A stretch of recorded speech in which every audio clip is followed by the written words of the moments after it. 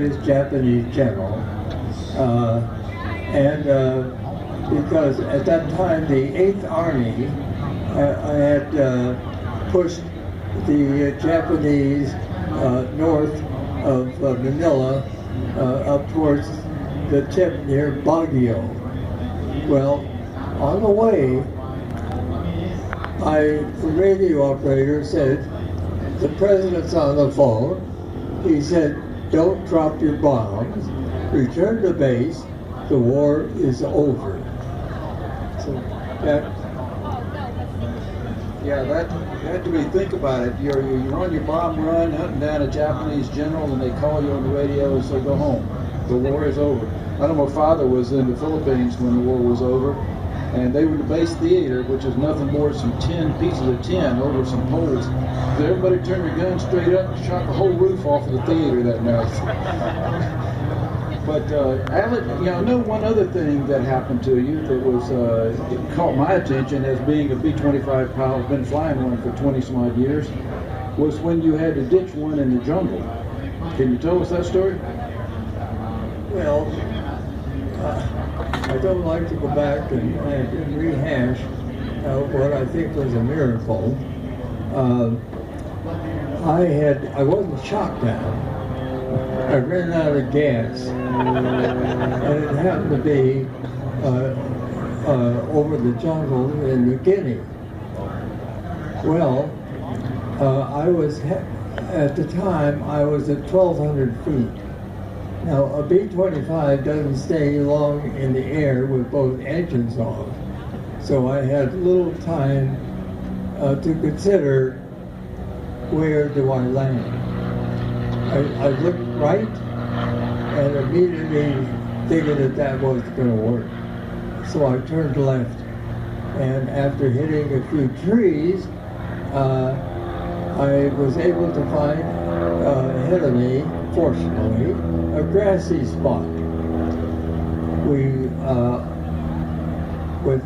The plane was pretty well beat up, but we all got out of the plane without a scratch. All right. And that turned out to be, I think, quite a miracle itself. But a B-25 has a 5-man life raft in the top area of the B-25. It's supposed to, when you pull a halyard, it's supposed to flop out, inflate, and you're ready to go. It didn't flop. It didn't come out. So my crew chief had to figure out a way to get it out of the compartment. And then when it was on the ground, it had to be manually blown up. And then we had to find the way out of where we were. So we gradually got to the Nadzab River in New Guinea, and from there we found out that there was a cliff. So we had to there happened to be 4 of us that time, and I guess I better reiterate a little bit. I was trained along with 4 others to fly the 25 without a co-pilot. Of course, my friends said to me, "Well, Alan, you're just expendable." So, at any rate, we did get the raft into the water, and as we were going down the Nadzab River, we saw some spears and shields on the other side of the river. And of course, I told my boys, just smile, keep your guns holstered.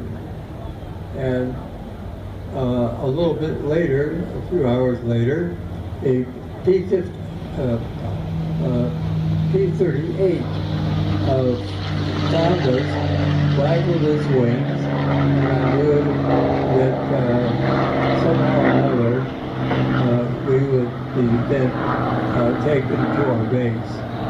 So at any rate, back to the base, and of course, the guys were in my tent saying, well, AB won't need these anymore.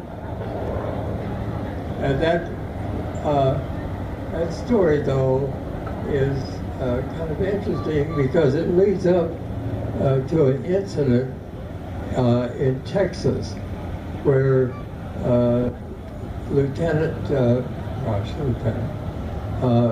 where Dick Cole, Doolittle's co-pilot, was being honored. And there were quite a few people there and soldiers. There was only about 100 of us, and